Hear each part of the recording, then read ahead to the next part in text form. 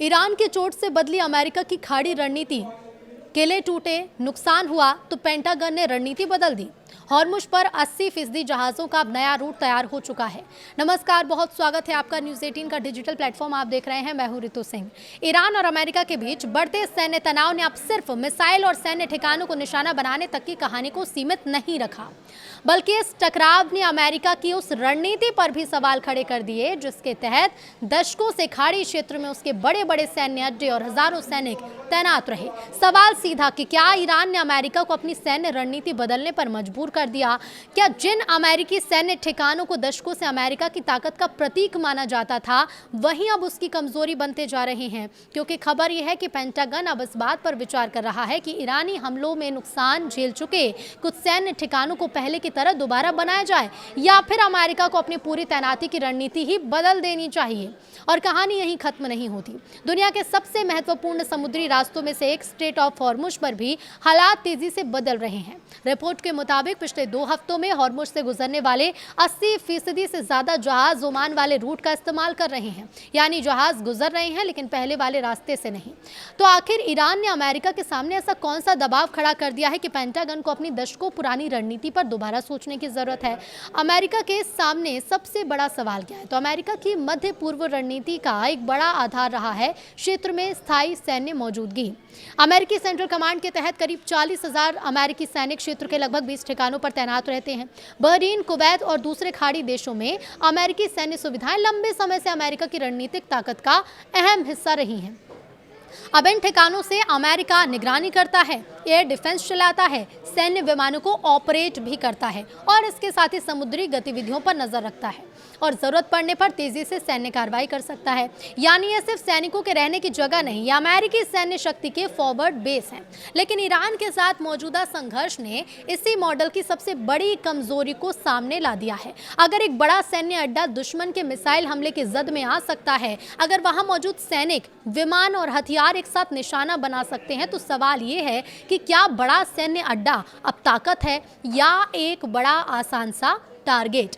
अब पेंटागन क्यों सोच रहा है रणनीति बदलने की, तो ये भी आपको बताते हैं। एक पोस्ट की रिपोर्ट के मुताबिक पेंटागन इस बात पर विचार कर रहा है कि ईरान के हमलों से क्षतिग्रस्त हुए सैन्य ठिकानों को उसी पुराने मॉडल पर दोबारा बनाया जाए या फिर नहीं।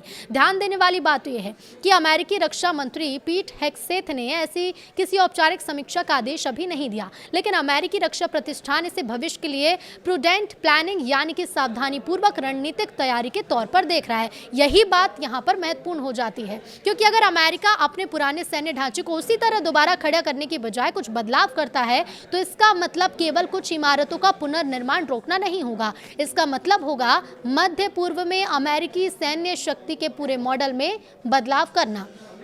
अब बड़े बेस से छोटे और बिखरे बेस की ओर क्या है, ये इसके पीछे का क्या है रणनीति और क्या है इसका मतलब? तो देखिए, भविष्य में अमेरिका एक ऐसी रणनीति अपना सकता है जिसमें हजारों सैनिकों और बड़ी संख्या में हथियारों को एक ही जगह जमा करने की बजाय छोटे छोटे ठिकानों पर फैलाया जाए। इसे आसान सी भाषा में समझिए। मान लीजिए एक बड़े सैन्य अड्डे पर हजारों सैनिक हैं, फाइटर जेट है, ड्रोन है, मिसाइल डिफेंस सिस्टम भी है, ईंधन और हथियारों का बड़ा स्टॉक भी है। अगर दुश्मन को इस एक ठिकाने का पता चलता तो उसे अपनी ताकत को एक ही जगह केंद्रित करना है। लेकिन अगर वही सैन्य शक्ति 10 छोटे और अलग अलग ठिकानों पर बिखरी हो, तो किसी एक हमले से अमेरिका को उतना बड़ा नुकसान पहुंचाना थोड़ा मुश्किल हो जाएगा।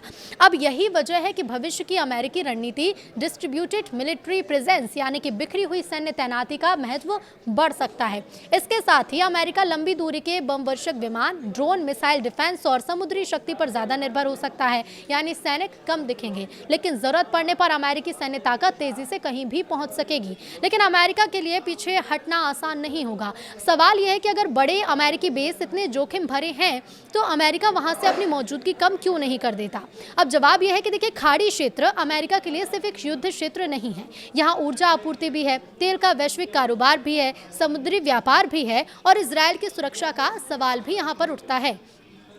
अब ऐसे में सऊदी अरब, यूएई, कतर, बहरीन और दूसरे सहयोगियों की सुरक्षा है। सबसे महत्वपूर्ण है ईरान को रोकने की अमेरिकी रणनीति है। अगर अमेरिका अचानक खाड़ी से अपनी सैन्य मौजूदगी कम करता है तो उसके सहयोगी देशों में सवाल उठ सकता है कि मुश्किल वक्त में अमेरिका उनके साथ खड़ा रहेगा या नहीं। और यही अमेरिका की सबसे बड़ी रणनीतिक दुविधा भी है।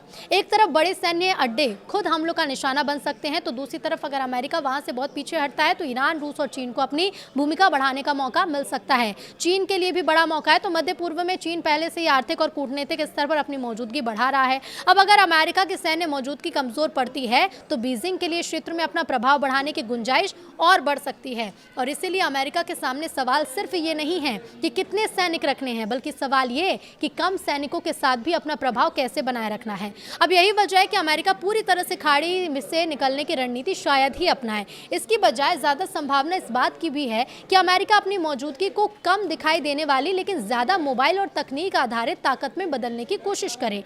अब ये बात स्ट्रेट ऑफ हॉर्मुज की ओर अब आते हैं। तो देखिए, इस पूरे संकट के सबसे महत्वपूर्ण हिस्से की बात करते हैं। स्ट्रेट ऑफ हॉर्मुज दुनिया के सबसे अहम समुद्री रास्तों में से एक है। खाड़ी से निकलने वाले तेल और गैस के बड़े हिस्से के लिए यह समुद्री मार्ग बेहद महत्वपूर्ण है। यानी हॉर्मुज में तनाव बढ़ता है तो इसका असर सिर्फ ईरान और अमेरिका पर नहीं पड़ता, बल्कि भारत, चीन, जापान, दक्षिण कोरिया, यूरोप और पूरी वैश्विक अर्थव्यवस्था पर पड़ सकता है, क्योंकि तेल की कीमतों से लेकर शिपिंग कॉस्ट तक सब पर इसका असर पड़ता है। अब इस रास्ते पर जहाज़ों की आवाजाही में बड़ा बदलाव देखने को मिल रहा है। 80% से ज़्यादा जो जहाज़ हैं वो ओमान वाले रूट पर हैं। शिपिंग डेटा पर नजर रखने वाली कंपनी कैपलर के मुताबिक पिछले 2 हफ्तों में हॉर्मुज से गुजरने वाले 80% से ज़्यादा जहाज़ ओमान की तरफ वाले रूट से निकले। इसका मतलब क्या है? तो देखिए, जहाज़ हॉर्मुज क्षेत्र से गुजर तो रही हैं, लेकिन वो उस रास्ते को इस्तेमाल करने से बच रहे हैं जिसे ज़्यादा जोखिम वाला माना जा रहा है। ओमान के उत्तरी तट के पास वाला रास्ता अब कई जहाज़ों के लिए महत्वपूर्ण विकल्प बन गया है, लेकिन यहाँ भी जोखिम पूरी तरह खत्म नहीं हुआ। रिपोर्ट्स के मुताबिक इस रास्ते से गुजरने की कोशिश कर रहे कुछ जहाजों को ईरानी हमलों का सामना भी करना पड़ा। यानी जहाजों के सामने समस्या सिर्फ रास्ता बदलने की नहीं है, समस्या ये है कि क्या इस पूरे क्षेत्र में कोई रास्ता वास्तव में सुरक्षित है। समुद्री ट्रैफिक में भारी गिरावट भी आई है और इसका असर आंकड़ों पर भी साफ दिखा है। रॉयटर्स के आंकड़ों के मुताबिक एक सोमवार को सिर्फ 6 मालवाहक जहाज हॉर्मुज से गुजरे हैं। इससे एक दिन पहले सिर्फ 2 जहाज और उससे पहले 3 जहाज यहां से गुजरे थे, जबकि सामान्य परिस्थितियों में 10 दिनों का औसत करीब 11 जहाज प्रतिदिन रहा। यानी सामान्य स्थिति की तुलना में ट्रैफिक काफी नीचे चला गया है। सबसे ज्यादा चिंता की बात तो यह है कि बड़े कच्चे तेल टैंकर और एलएनजी जहाजों की आवाजाही बेहद सीमित दिखाई दे रही है। हालांकि एक और बात यह भी महत्वपूर्ण है कि कुछ जहाजों ने अपने ट्रांसपोंडर बंद कर रखे हैं, इसीलिए वास्तविक संख्या सार्वजनिक ट्रैकिंग डेटा से कुछ अलग जरूर हो सकती है। लेकिन इतना साफ है कि हॉर्मुज में जहाज चल रहे हैं, लेकिन सामान्य तरीके से नहीं। ट्रंप का दावा और ईरान का पलटवार क्या है, ये भी जान लीजिए। अब इसी बीच अमेरिकी राष्ट्रपति डोनाल्ड ट्रंप ने सोशल मीडिया पर हॉर्मुज को लेकर एक बड़ा दावा किया।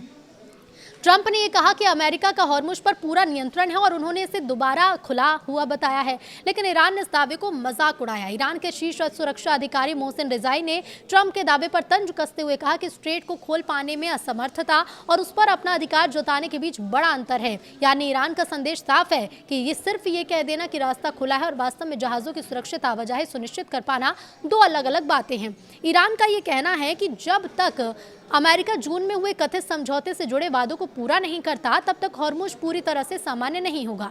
इधर इस पूरे संकट के बीच यूएई और ईरान के रिश्तों में भी तनाव बढ़ा है। यूएई का दावा है कि ईरान की तरफ से उसकी ओर 2 बैलिस्टिक मिसाइल दागी गई, तो वहीं यूएई के मुताबिक उसके एयर डिफेंस सिस्टम ने इन मिसाइलों को मार गिराया है। इसके बाद यूएई ने ईरान के साथ वित्तीय लेन देन रोकने का ऐलान कर दिया है, लेकिन इन सभी आरोपों को ईरान ने खारिज किया और कहा कि उसने यूएई को निशाना बनाकर कोई हमला नहीं किया और इस तरह के आरोप क्षेत्रीय सुरक्षा के लिए नुकसानदायक हो रहे हैं। लेकिन अमेरिका ईरान तनाव धीरे धीरे पूरे खाड़ी क्षेत्र की राजनीति और सुरक्षा व्यवस्था को भी प्रभावित कर रहा है। सिर्फ हॉर्मुज नहीं बल्कि बाब अल मंदेब भी प्रभावित हुआ है। ये समस्या सिर्फ हॉर्मुज तक सीमित नहीं है, लेकिन और बढ़ती जा रही है। लेकिन सवाल सिर्फ एक ही है कि आखिर ये तनाव कब तक बढ़ेगा और कितने क्षेत्र में बढ़ेगा।